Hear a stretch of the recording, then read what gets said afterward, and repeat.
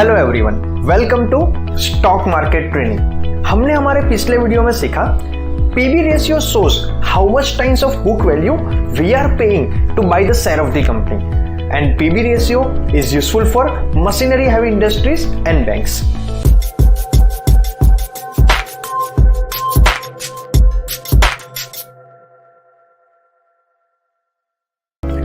Our today's topic is company fundamentals dividend yield, in which we will cover what is dividend yield, what is the meaning of high low dividend yield। चलिए इस topic को हम practically समझते हैं। आज हम example लेके चलते हैं HUL का।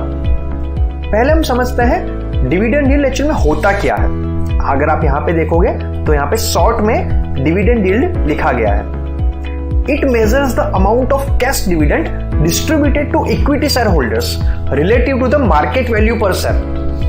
एक कंपनी पूरे साल के अंदर सेलिंग करके वहां से अलग अलग तरीके से इनकम अर्न करती है और अल्टीमेटली सारे टैक्सेस लगने के बाद उसका प्रॉफिट आता है। इस प्रॉफिट में से वो कुछ पैसा वापस से बिजनेस में रीइन्वेस्ट करती है और कुछ पैसा एक्सेस में बच जाता है। तो वो कंपनी चाहती है कि हमारे शेयर होल्डर्स कि जिन्होंने हम पे भरोसा किया, जिन्होंने हमारी कंपनी को जब जरूरत थी तब हमें पैसे दिए थे इनिशियल डेज के ऊपर, तो क्यों ना हमारे प्रॉफिट का कुछ हिस्सा उनको वापस दिया जाए, जिसे कहा जाता है डिविडेंड यील्ड। अभी आपको कितना डिविडेंड मिलेगा या नहीं मिलेगा, कब मिलेगा, ये सारी चीजें डिपेंड करती है कि कंपनी की डिविडेंड पॉलिसीज कैसी है।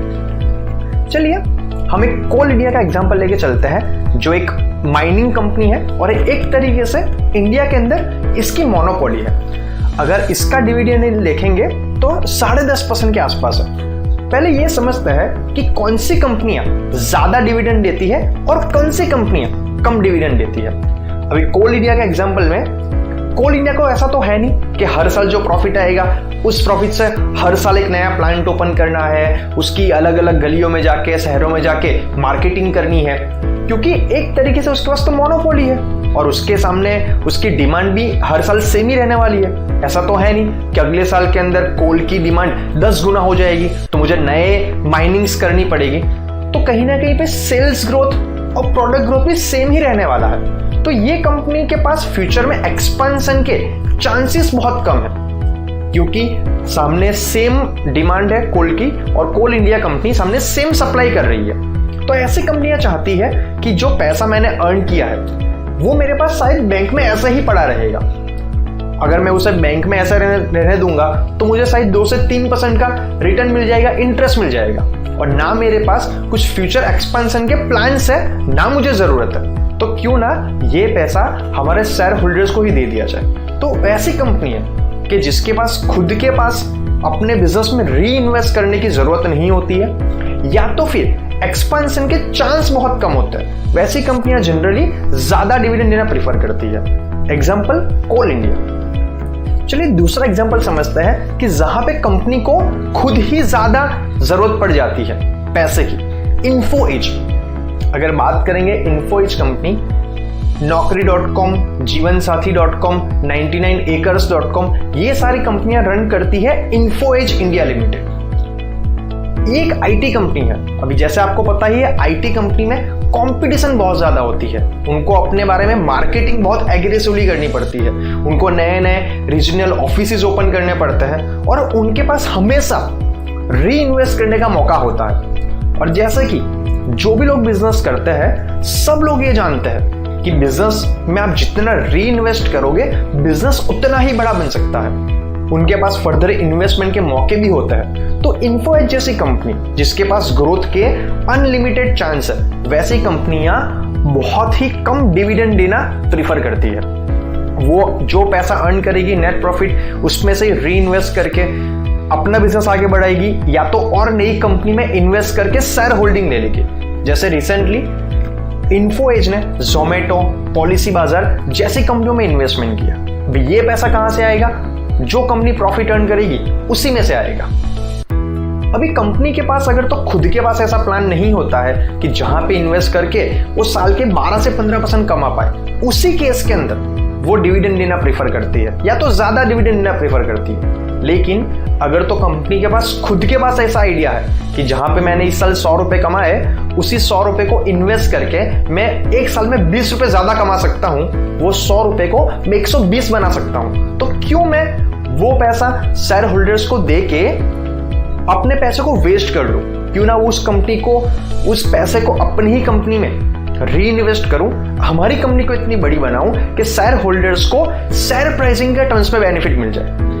अभी यहां पे एक चीज समझना बहुत जरूरी है कि शेयर होल्डर्स को दो तरीके से प्रॉफिट मिल सकता है। एक तो जो कंपनी डिविडेंड डिक्लेयर करती है वहां से प्रॉफिट कमा सकता है, और दूसरा मैंने जितनी प्राइस पे किसी कंपनी के शेयर को बाय किया वहां से कंपनी के शेयर की प्राइस बढ़ेगी तो मुझे डिफरेंस अमाउंट मेरा प्रॉफिट कहा जाएगा।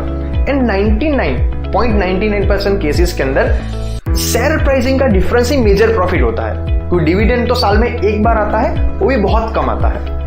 तो चलिए हम ये देखते हैं कि कौन सी कंपनियों ने कितना कितना डिविडेंड पिछले 2-3 सालों में दिया हुआ है। तो पहले इन्फो एज का ही समझते हैं। हम यहाँ जाएंगे कॉर्पोरेट एक्शन के अंदर तो हमें डिविडेंड के बारे में पता चल जाएगा। अगर हम यहाँ पे देखेंगे तो 2018 में 25%, 2019-20 25%, और ये डिविडेंड काउंट होता है कंपनी की फेस वैल्यू के ऊपर। तो यहाँ पे इन्फो एज की फेस वैल्यू है 10 रुपए, तो उसे अगर तो एक साल हमने इन्फो एज जिसके एक शेयर की वैल्यू 3550 रुपए के आसपास है, और यहाँ पे मुझे डिविडेंड मिला है 35% फेस वैल्यू के सामने, मतलब कि 3.5 रुपए। मैंने 35 रुपए का एक शेयर बाय किया और उसके सामने मुझे फायदा कितना मिला? 3.5 रुपीज डिविडेंड यील्ड के तौर के ऊपर। तो आई होप सो कि ये कोई मेजर प्रॉफिट नहीं होता है किसी भी शेयर होल्डर्स का। ये बात आपको समझ में आ चुकी होगी। एग्जांपल लेके चलते हैं कोल इंडिया का। तो कोल इंडिया के अगर हम जाएंगे कॉर्पोरेट एक्शन के अंदर तो इसका डिविडेंड 120%, 58.5%, 73%। क्यों? क्योंकि कोल इंडिया जैसी कंपनी के पास फर्दर एक्सपेंशन से चांस कम है या उसको जरूरत भी नहीं है। तो यहाँ पे 10 रुपए की फेस वैल्यू के सामने कोल इंडिया ने 120% इसका डिविडेंड दिया हुआ है, मतलब कि 12 रुपए। तो अगर तो मेरे पास 114 रुपए का कोल इंडिया का शेयर होता, भले ही कोल इंडिया के शेयर की प्राइस बढ़े या कम हो, मुझे एक शेयर पे 12 रुपए मिले होते। चलिए हम रिलायंस का केस लेके चलते हैं। एक शेयर की वैल्यू 2050 के सामने है और कंपनी ने 10 रुपए की फेस वैल्यू के सामने डिविडेंड दिया है 65%, मतलब 6.5 रुपए।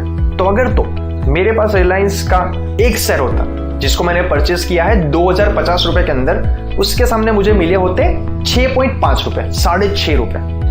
हिंदुस्तान यूनिलीवर की बात करें, फेस वैल्यू 1 है, मार्केट वैल्यू 2070 के आसपास है और डिविडेंड है 950%, मतलब कि 9.5 रुपए के आसपास। तो मुझे 9.5 रुपए का डिविडेंड के बेनिफिट के लिए सामने 2070 रुपए का एक शेयर परचेज करना पड़े, तो आई डोंट थिंक सो ये कोई प्रॉपर इन्वेस्टमेंट कहा जाएगा। तो जैसे मैं आपको बता चुका हूं, जनरली एक शेयर होल्डर का मेन प्रॉफिट शेयर के प्राइसिंग से ही होता है। और वैसी कंपनियां कि जिनके पास फ्यूचर के एक्सपेंशन के प्लान ज्यादा है, वो डिविडेंड पे ज्यादा फोकस करते भी नहीं है। आपको एक जानकारी के लिए बता दूं कि बर्कशायर हैथवे जो वॉरेन बफेट की इन्वेस्टमेंट कंपनी है, इतनी बड़ी कंपनी होने के बावजूद पिछले 40 सालों में उसने सिर्फ एक बार डिविडेंड दिया हुआ है। हाँ, लेकिन अब ऐसी कंपनियां जैसे कोल इंडिया होगी, जैसे एनबीसीसी होगी, जो पीएसयूज कंपनी है, जो गवर्नमेंट कंपनी है, जिसके बंद होने के बहुत कम चांस है और वो हाई डिविडेंड भी देती है और उसकी एंटरप्राइज वैल्यू नेगेटिव है, तो डेफिनेटली ये कंपनियों में इन्वेस्टमेंट करने के लिए मैं फर्दर रिसर्च करूंगा, मेरा इंटरेस्ट जागेगा। मैं अभी भी डिविडेंड को देख के ब्लाइंडली इन्वेस्ट नहीं कर लूंगा, बट ऐसी कंपनी में मैं फर्दर रिसर्च करूंगा और बहुत सारे रेशियोज जो अभी तक हम सीख चुके हैं और आगे सीखने भी वाले हैं, उन सबको कंबाइन करके मैं वैल्यू एनालिसिस करूंगा and then I will decide कि मुझे इस कंपनी में इन्वेस्ट करना है या नहीं करना है। तो आज के वीडियो में हमने सीखा high dividend yield means company don't have any future expansion plan and it is given on the face value of the company. आपने जिस भी कंपनी का शेयर लिया हुआ है, जब भी उसका डिविडेंड डिक्लेयर होगा, जितना परसेंटेज डिविडेंड है उतना रुपए आपके बैंक ने अकाउंट में ट्रांसफर हो जाएंगे। तो आज के वीडियो में इतना ही, मिलते हैं नेक्स्ट वीडियो में। Thank you very much.